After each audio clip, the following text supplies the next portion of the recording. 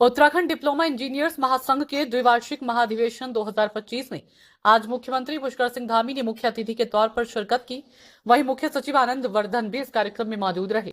इस दौरान मुख्यमंत्री ने उत्तराखंड डिप्लोमा इंजीनियर्स महासंघ के पदाधिकारियों और सदस्यों को संबोधित करते हुए कहा कि अपने क्षेत्र में ईमानदारी, मेहनत और समर्पण के साथ काम करिए, क्योंकि आज हमारा राज्य हर क्षेत्र में एक मॉडल बन रहा है।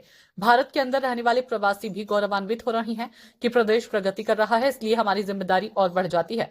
सीएम ने कहा कि आज बेरोजगारी दर में कमी आई है, स्वास्थ्य सेवाएं बेहतर हुई हैं, रोपवे पर काम शुरू हो गया है, ऋषिकेश कर्णम प्रयाग रेलवे का काम चल रहा है, पहाड़ों की तरफ रेल ले जाने का सपना साकार हो रहा है, ऑल वेदर रोड बन गई है। तो वहीं हमारी सरकार राज्य को देश का अग्रणी राज्य बनाने के लिए निरंतर कार्य कर रही है। वहीं मुख्य सचिव आनंद वर्धन ने भी इस मौके पर सभी को शुभकामनाएं दी।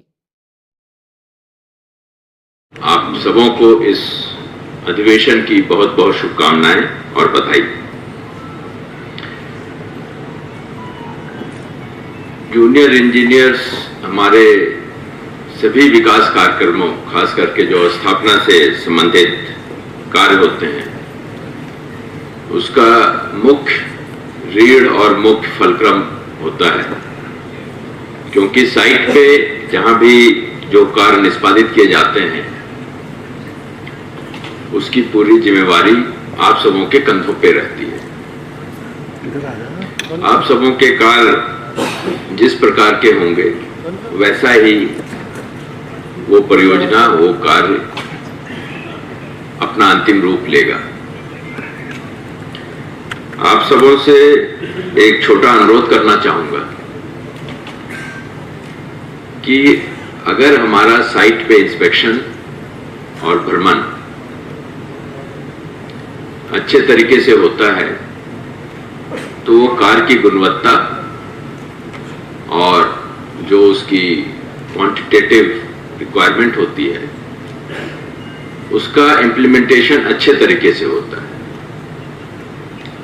अगर शुरुआत में सृजन के समय कार्य में कोई कमी रह जाती है तो उसके पश्चात उसमें सुधार करने की संभावना कम रहती है। भले आप कॉन्ट्रैक्टर से वसूली कर लें या किसी से वसूली कर लें, लेकिन वो कार्य की जो अपेक्षित गुणवत्ता होती है वो कहीं ना कहीं प्रतिकूल रूप से प्रभावित होता है। तो मैं सिर्फ आप सबों से ही नहीं, मतलब जो भी हमारे किसी भी कार्य में लगे हुए अधिकारी होते हैं उच्च स्तर के भी, उनसे भी मैं हमेशा यही अनुरोध करता हूं कि साइट का इंस्पेक्शन बहुत ही इंपॉर्टेंट होता है। ऐसा नहीं है कि आप लोग नहीं करते हैं, आप लोग करते हैं, लेकिन मैं थोड़ा छोटा सा अनुरोध यही करूंगा कि उसमें हमें जो रिक्वायरमेंट है उसको उस हिसाब से हमारे इंस्पेक्शंस लगातार होनी चाहिए और सुपरविजन, क्योंकि आप ही मौके के अधिकारी हैं।